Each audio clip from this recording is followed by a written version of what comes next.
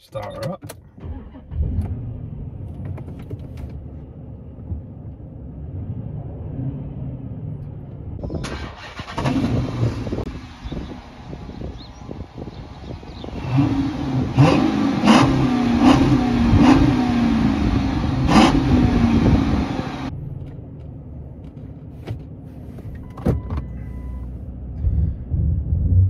Okay, so we're going out in the 2006 Dodge Charger RT 5.7 litre HEMI. I'm just going to talk about what it's like to own an American muscle car here in the UK. So the first thing everyone asks you is, bet that doesn't get a lot of miles to the gallon. Well, no, it doesn't. It gets pretty horrific miles to the gallon, to be honest. Officially on paper in the States it's 21 US gallons, 21 miles to the US gallon. This doesn't have an MPG readout. I've never actually done an official test. It's probably a lot less than that, if I'm honest. You can drive it nice and smooth, you can drive it nice and calmly, and you'll eke a little bit more out of it. This engine, the 5.7 HEMI, it does have the multi-displacement technology, whereas at the moment it's running 4 cylinders of sparking. And then when you floor it,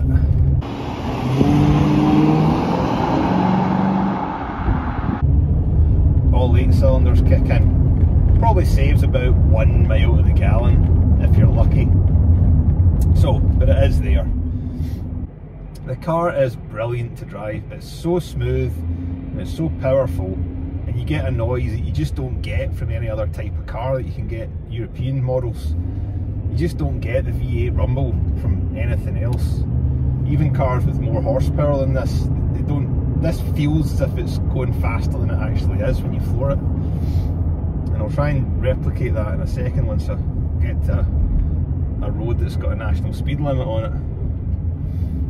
So, if petrol consumption is an issue for you, which it probably is to everyone right now, but if that is a concern, just walk away from this car.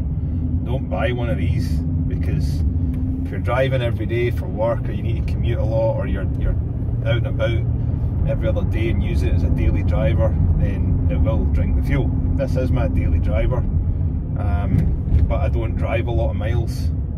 Now here's another problem, which I can't show you, I don't have another camera set up, but there's a bus in front of me that's just stopped, and there's cars passing it on the right hand side. And because it's left hand drive, I can't quite see around the bus enough because I went too close up his butt. So that is a wee bit of a problem. Left hand drive's fine in the UK, you get used to it, and if you're not on a country road every day trying to overtake tractors, you never really hit any issues. The only time you maybe hit a problem is if you're at a junction and you're looking round, turning to the left, and the car's turned to the left, and you're trying to look to the right to see if any traffic's coming. So your head's kind of going around this way, so you look out the back window. But in general, it's absolutely fine. You're just driving closer to the curb than you would be normally. Some people put little mirrors here and here on each side of the windscreen so they can see what's coming in that direction. I couldn't be bothered with that. It's just a faff. It's never really been an issue enough for me to bother doing anything about it. So left hand drive is absolutely fine. But in general, the car does feel big, okay? But people say that, oh, the car's huge, it's a massive American car in Britain. Well, it's built on a Mercedes E-Class platform of the previous generation to when this 06 was out. So they're big and they're on UK roads. An S-Class is bigger than this. A 7 Series BMW is bigger than this. You don't see that many of them, but they are. So it's absolutely fine. And I have been only caught out a few times when parking the car and someone's went right up close to the left hand side, not realising that's where I'm getting out. Apart from that, it's fine. Road tax in the UK is 280, I think it is, the last time I checked. So it's not too bad. It's for the, if you bought a 5.7 litre HEMI right hand drive Jeep Grand Cherokee, for example, you'd be paying the full, whatever it is, 585 quid, or whatever the highest tax band is. So you get a little bit of a saving. Insurance, I'm 42, no convictions. and it's about 300 odd pounds a year. So it's not too expensive. It isn't a classic policy for me. It's not a classic car. It's not a classic policy because I don't actually drive that many miles in it in a year. So between 3 and 4, 5,000 maybe at the tops, that's about it.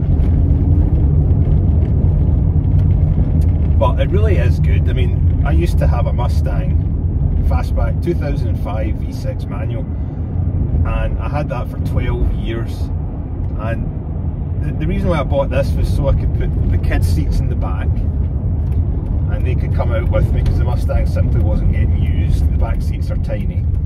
But also, when the Mustangs came out in the UK and became right-hand drive, I kind of got fed up seeing them. I wanted something a little bit different that, you know, nobody else had really. And you don't see many Chargers around the UK. You see quite a few Challengers and Mustangs, obviously the coupe versions. You don't really see many of these, so I quite like that. Servicing and parts in the UK, it's absolutely fine.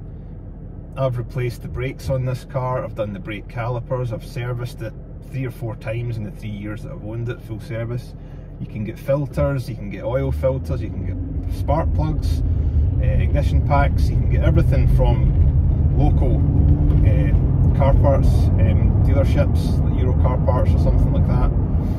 If they say they can't do it with the registration, just ask them to find the equivalent Chrysler 300C from the same year. Most of the underpinning parts are the same, the brakes are the same, the suspension, the coil packs, the spark plugs, the oil filters, they're all pretty much the same, filters and cabin filters, etc. So you can get stuff really, really cheap. You don't need to import any of the standard serviceable parts for it. I've put new control arms on it as well, and they just came from a local Euro Car Parts centre. Any centre you can probably check, though I'm not affiliated with them or anything like that. So overall, the car's great to own. Touch wood, it's been pretty much problem free for me. I had to replace an oxygen sensor because it was throwing an engine management code and throwing the EML light to come on. I did cheap out and I bought a cheapo nasty one off of eBay for like 25 quid. And it just kept throwing the code and throwing the code each and every time. So I've ended up having to buy one off of Autodoc, and I got a better brand for about £55 off of there. It's been in the car for over a year now and the code's never come back. So that's a lesson, boys and girls. Do not cheap out on oxygen sensors. Get the proper OE brand or OEM equivalent. Don't buy an eBay knockoff one, because they're just not going to work. Even if they look the same, they aren't.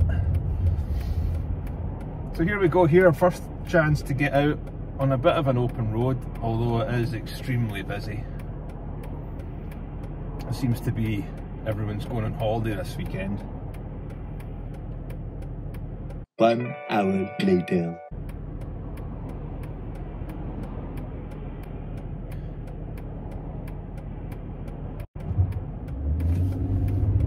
Floor it a little bit here, not quite up to temp yet, we'll go a little bit. 60. We slow down because that's the speed limit in the UK. So yeah, if you do want to look at one of these to buy, or look at an American imported car, there's quite a lot of people that will import it on your behalf. There's companies out there that will ship cars across for you, that will do the checks in America, that will come back to you with a health check report, etc. So you can see where the scratches and things are, and everything else that you can't really tell from photos is very well. But if you can find one that's in the UK already, you save all that hassle. It's registered already, doesn't need to go through the IVA test if it's already been through it. It's just a standard MOT thereafter. So get an independent dealer. If you're not handy yourself, you're not comfortable working in the car yourself, find someone who's recommended to you, an independent dealership, or a dealership if you know people that work in it, and go there. But yeah, it's great. I mean, the smiles to the gallon far outweigh the miles to the gallon, which is really, really poor. I think on paper this car, someone correct me in the comments if I'm wrong, because I don't really mind what it is, it's the feeling I get.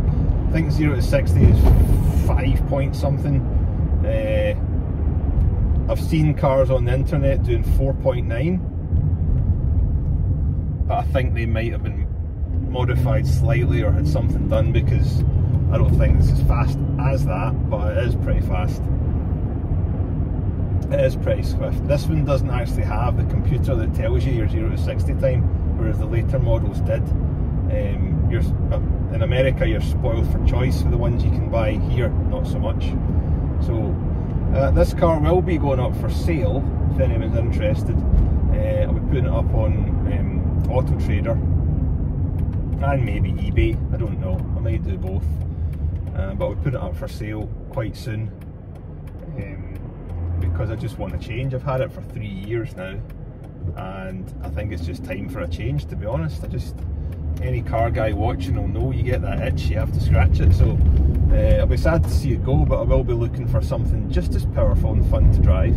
I might even go for something completely different. I'm thinking maybe I might even go for 2 cars. I might get a small convertible for the summer, and I might go for like I don't know, a 5 Series BM or something to give me the same size as this, but you know, maybe not as fast as this if I don't go for the M5, but we'll see.